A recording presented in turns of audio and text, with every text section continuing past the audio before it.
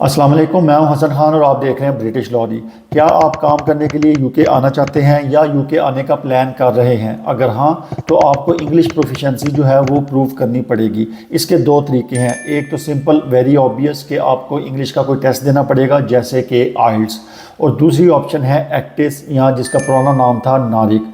आज इस वीडियो में आपको पूरी डिटेल दूंगा कि नारिक जो है उससे आप कैसे लेटर ले सकते हैं, जो कि बहुत आसान तरीका है अपनी इंग्लिश लैंग्वेज जो है उसको प्रूव करने का। इस वीडियो में मैं आपको एक्सप्लेन करूंगा कि एक्टिस जो है वो क्या है, कौन से नेशनल्स ऐसे हैं जिनको इंग्लिश लैंग्वेज जो है उसकी प्रोफिशिएंसी प्रूव करनी है, फिर इसका एलिजिबिलिटी क्राइटेरिया क्या है, कौन सी सर्विसेज जो हैं वो एक्टिस वाले प्रोवाइड करते हैं, फिर आपने कैसे अप्लाई करना है, आपको कौन से डॉक्यूमेंट्स चाहिए और इसकी कितनी कॉस्ट है।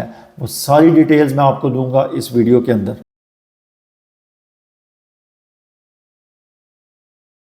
एक्टिस जो है वो यूके का एक ऐसा इदारा है जिसका पहले नाम था नारिक। ये आपको एक ऐसा लेटर देता है जिसमें आपको ये इन्फॉर्मेशन प्रोवाइड की जाती है कि आपकी जो फॉरेन डिग्री है, जैसे कि आपने इंडिया, पाकिस्तान, श्रीलंका या बांग्लादेश से जो डिग्री ली है, बैचलर्स की, मास्टर्स की या पीएचडी की, वो जो डिग्री है वो यूके की डिग्री के बराबर है कि नहीं। इसके अलावा ये आपको एक ऐसा सर्टिफिकेट भी प्रोवाइड कर सकता है जो कि आप यूज कर सकते हैं अपनी इंग्लिश लैंग्वेज प्रोफिशिएंसी जो है वो प्रूव करने के लिए। वो सर्टिफिकेट आप यूके होम ऑफिस को सबमिट करवा सकते हैं अपनी वीजा एप्लीकेशन के साथ। इस पूरी वीडियो में मैं एक्टिस नाम यूज करूंगा, जो कि इनका नया नाम है। पुराना नाम इनका नारिक था जो कि अब खत्म हो चुका है, तो अब से मैं यूज करूंगा वर्ड एक्टिस।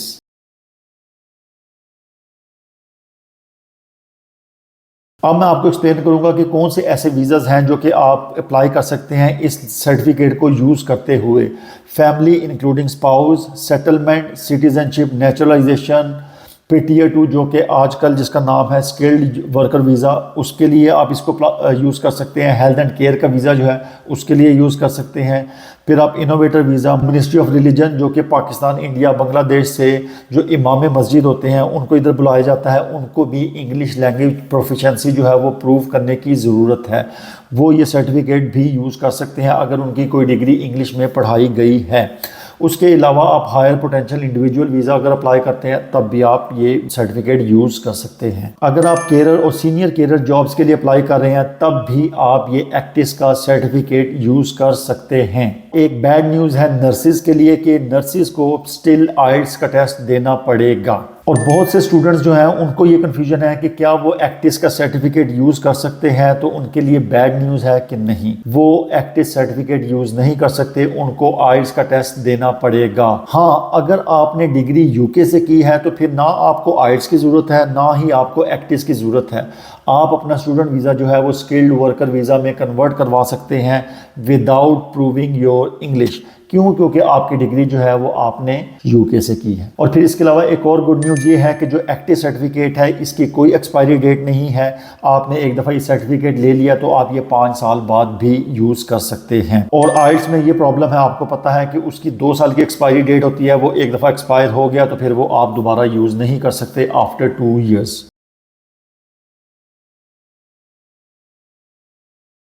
अब मैं आपको एक्सप्लेन करूंगा कौन से ऐसे कंट्रीज हैं जिनको ये लेटर जो है इसकी ज़रूरत है, जैसे कि इंग्लिश प्रूव करने की ज़रूरत है। जितने भी नॉन इंग्लिश स्पीकिंग कंट्रीज हैं जैसे इंडिया, पाकिस्तान, बांग्लादेश, श्रीलंका, अफगानिस्तान, उनको अपनी इंग्लिश लैंग्वेज जो प्रोफिशिएंसी है वो प्रूव करनी पड़ती है। और जितने इंग्लिश स्पीकिंग कंट्रीज हैं जैसे ऑस्ट्रेलिया, कनाडा, अमेरिका, उनको ज़रूरत नहीं है कि वो अपनी प्रोफिशिएंसी जो है उसको प्रूव करें, इसलिए उनको इस लेटर की बिल्कुल ज़रूरत नहीं है। उनका जो पासपोर्ट है वो इनफ है इसको प्रूव करने के लिए कि वो इंग्लिश बोल सकते हैं, समझ सकते हैं।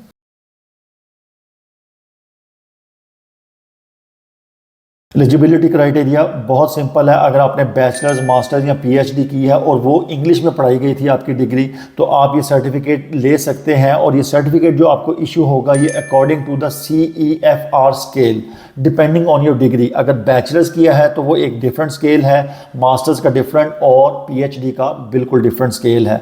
तो वो आपको जो सर्टिफिकेट देंगे उसके ऊपर CEFR स्केल जो है वो लिखा होगा। फिर वो जो स्टेटमेंट आपको मिलेगी वो आप यूज़ कर सकते हैं यूके का वीज़ा अप्लाई करने के लिए।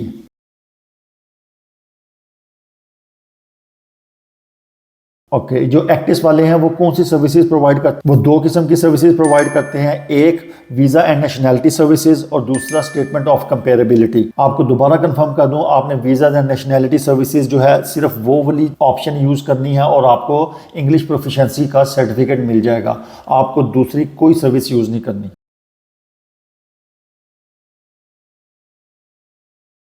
इस सेक्शन में आपको एक्सप्लेन करूंगा कि आपने कैसे अप्लाई करना है। वेरी सिंपल, actis.com उनकी वेबसाइट पे जाना है, वीज़ाज एंड नेशनैलिटी सर्विसेज पे क्लिक करना है, अकाउंट बनाना है, अपनी इन्फॉर्मेशन देनी है, डॉक्यूमेंट्स अपलोड करने हैं और फीस पे करके सबमिट कर देना है।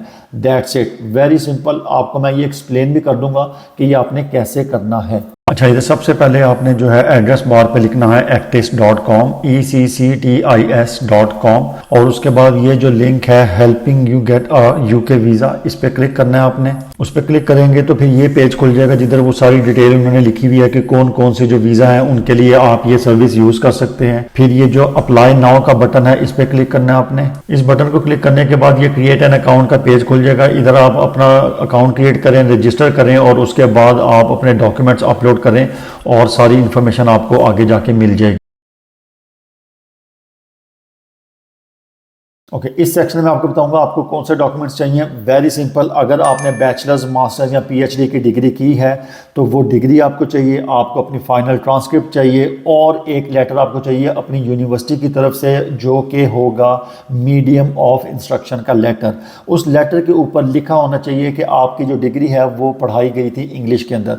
उस लेटर का जो टेम्पलेट है वो मैं डिस्क्रिप्शन में भी डाल दूंगा और स्क्रीन पर भी शो करा दूंगा कि वो किस किस्म का टेम्पलेट होना चाहिए उस लेटर का। ये एक्टिस वालों की वेबसाइट पे जो है उन्होंने वो टेम्पलेट डाला हुआ है। ओके, एक और वेरी इंपॉर्टेंट डॉक्यूमेंट, अगर आपकी ये डिग्री, ट्रांसक्रिप्ट, ये डॉक्यूमेंट्स इंग्लिश में नहीं है तो आपको सर्टिफाइड ट्रांसलेशंस जो हैं इन सब चीज़ों की चाहिए होंगी। और अगर आपको नहीं पता कि आपने वो ट्रांसलेशन कहाँ से करवानी है तो एक्टिस वाले जो हैं इनकी एक अपनी वेबसाइट है dialexi.com, आप उसको यूज़ कर सकते हैं ट्रांसलेशंस वगैरह करवाने के लिए। उसका लिंक भी मैं डिस्क्रिप्शन में डाल दूंगा। उसके अलावा जो इंग्लिश प्रोफिशिएंसी सर्टिफिकेट है उसका जो टेम्पलेट है वो भी एक्टिस वालों ने अपनी वेबसाइट पर डाला हुआ है, वो भी मैं डिस्क्रिप्शन में डाल दूंगा और इस स्क्रीन पे भी आपको शो करा दूंगा।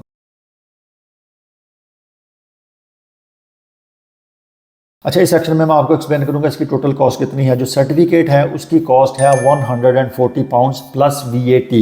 VAT जो है वो वैल्यू एडेड टैक्स है, हर कंट्री में डिफरेंट होता है। यहाँ पर 20% है तो 140 का 20% मेरा ख्याल है बन जाता है 28 पाउंड्स। तो आपको 168 पाउंड्स पे करने पड़ेंगे सर्टिफिकेट के लिए, प्लस आपको पे करना पड़ेगा डिलीवरी चार्जेस। डिलीवरी चार्जेस इनके बहुत एक्सपेंसिव है। अगर आप हार्ड कॉपी जो है वो मंगवाते हैं अपने कंट्री में, उससे बेहतर है कि आप ई सर्विस यूज़ करें और जो सॉफ्ट कॉपी होती है, जो कि डिजिटल कॉपी है, वो आपको मिल जाएगी एज अ PDF फॉर्म। वो आप लें, उसको डाउनलोड करें और उस PDF को आप यूज़ कर सकते हैं वीज़ा एप्लीकेशन के लिए, वीज़ा अप्लाई करने के लिए। बेहतर है कि आप वो अप्लाई करें, वो लें और उसकी कॉस्ट है 7 पाउंड्स 50 पेंस प्लस VAT। तो टोटल कॉस्ट इसकी बन जाएगी 9 पाउंड्स फॉर ई स्टेटमेंट।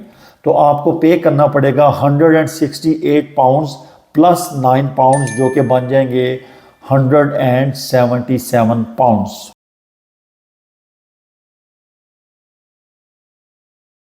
अच्छा, इस सेक्शन में आपको फ्रीक्वेंटली आस्क्ड जो क्वेश्चंस हैं, जो कि बहुत ज़्यादा सवाल पूछे जाते हैं, वो एक्सप्लेन कर देता हूँ। सबसे पहला सवाल ये पूछा जाता है कि इसकी एक्सपायरी डेट क्या है। इसकी कोई एक्सपायरी डेट नहीं है। ये आइल्स से बेहतर है अगर आप इसको यूज़ करें। क्यों? क्योंकि आइल्स जो है वो 2 साल के बाद एक्सपायर हो जाता है। इसकी लाइफ टाइम वैलिडिटी है तो ये कभी भी एक्सपायर नहीं हो। दूसरा सवाल लोग पूछते हैं कि मुझे अर्जेंटली जो है ये सर्टिफिकेट चाहिए, वो आप फास्ट ट्रैक सर्विस यूज़ कर सकते हैं। ऑफकोर्स उसके लिए आपको एक्स्ट्रा पे करना पड़ेगा।